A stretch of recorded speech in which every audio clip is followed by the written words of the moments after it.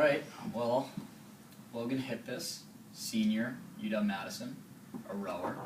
Me, Leonard Manning, Anthony. Senior, also on the UW rowing team.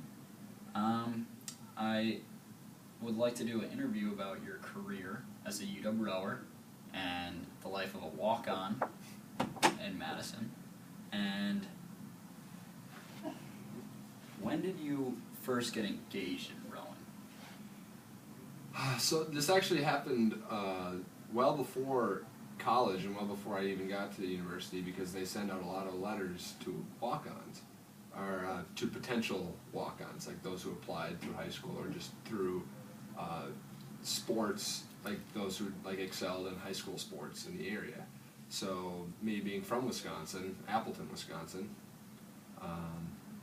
I got a letter during basketball season, and here I got my head basketball coach sending me a letter, or handing me a letter that's got like this UW Athletics logo on it, and I'm like, holy cow. You're going to the Badgers. This is Bo Ryan wants me to come play for him. And then this is when I didn't even know what rowing was, so I was like, holy cow, this is pretty sweet. So I got this like golden ticket, right? And then I put it in my locker, bring it home, and then Oh, you haven't opened it up yet? No, I didn't. And then I finally opened it up, and it was like, oh, Wisconsin rowing. What's that?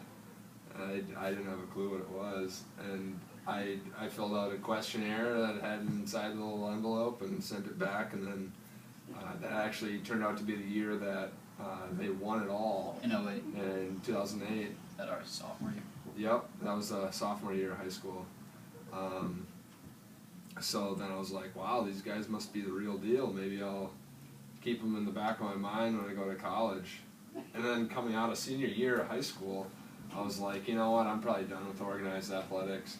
I don't think I'll end up doing that again, because I had the summer off from athletic training and stuff, and I went back to school, and then I went to SOAR, and Matt Boyle was sitting out. He's the freshman coach? He was the ex-freshman coach. He was the freshman coach when I was there. So he was out there recruiting, and I happened to walk by, and he's like, hey, you look like an athlete. And I was like, yeah. And then he's like talking to me, and I was like, yeah, I mean, looks like you're trying to rope down tall guys, those long levers, right? And he's like, oh yeah, you got it down, the physics. And I was like, I guess I'll put my name on this contact thing. And then before I knew it, I was showing up for practices, and then instead of doing like tryouts in a week, it was basically just like weeding us out of like on our own accord by progressively making the practices extremely hard. Yeah. So I just turned out to be, it was kind of like survival of the fittest, and I just happened to be somewhat fit enough to make the roster. Yeah. And I just remember there being like a couple erg tests where I was like, oh wow, maybe I could actually be a top guy on this team. So I was like, I'll give it a shot. And the erg tests are on the ergometer, the machine, the rowing machine? Right. It's the Concept 2 ergonometric rowing device. Oh, right. And during the tryouts, what were the main points that caught your eye, that you want to be on this team? To be honest, that first semester, I didn't really have a clue why I was doing it. It was just, like, I'd just been because I was a 3-sport athlete in high school, I just never had a point in time where I was going to school and not doing an organized sport. So for me to try out for the first couple months and then just potentially quit without being cut because I was good enough to not be cut would have been like, well, I'm not a quitter. Yeah. So I just never got cut, and I turned out to be like decent at the sport to where I just stayed with it. And now you're a D1 athlete? And now I'm a D1 athlete, got my varsity letter last year as a junior, and I mean, the rest is history. And you said 3 sports. What 3 sports were those? In high school, I ran track in the spring. Fall, I played football, and then winters I played basketball. Yeah. Interesting. So you were looking for like extracurriculars, and you did organized sports throughout high school. How are you able to balance rowing and extracurriculars? Has that like affected your schoolwork or? You know, I tend to think, like, some people say that it makes schoolwork more difficult, but for me it's always been where it allows for a means for having a more structured schedule. Yeah. So I always know that, well, in high school I didn't have always morning practices, but in college, like, we always practice in the morning, so we've got sometimes 9-10 practices a week, so we're mornings and afternoons, and I just know that that's two separate 2-hour slots that I just have to be at activities. Mm-hmm. Then I've got class throughout the day, and then I've also got a part-time job, well, at least now. I did earlier in college because that would have been a little handful. Yeah. But so it just was natural for me, because then I knew that, after practice I go home, I eat, and then I just go to the library just go to studying. And it was just like, some days if I worked ahead, then I'd have like a night off. But it was definitely, been definitely a lot more work than high school, which is obviously expected of a top tier university as Madison. Yeah, and especially in the engineering program. Yeah, that is difficult. So you're a D1 athlete at Madison, so you're comparable to like a Jared Everderis walk-on football player, like a Monte Ball. I mean, I don't think Monte was a walk-on, but same D1 varsity level. In title, I would be and you didn't comparable. And you didn't do it in high school. You just walked on. Correct. Just one day. It's an interesting sport. And some people say it's curious that Wisconsin would have so many walk-ons from backgrounds like mine, where it was just like 3-sport athletes, and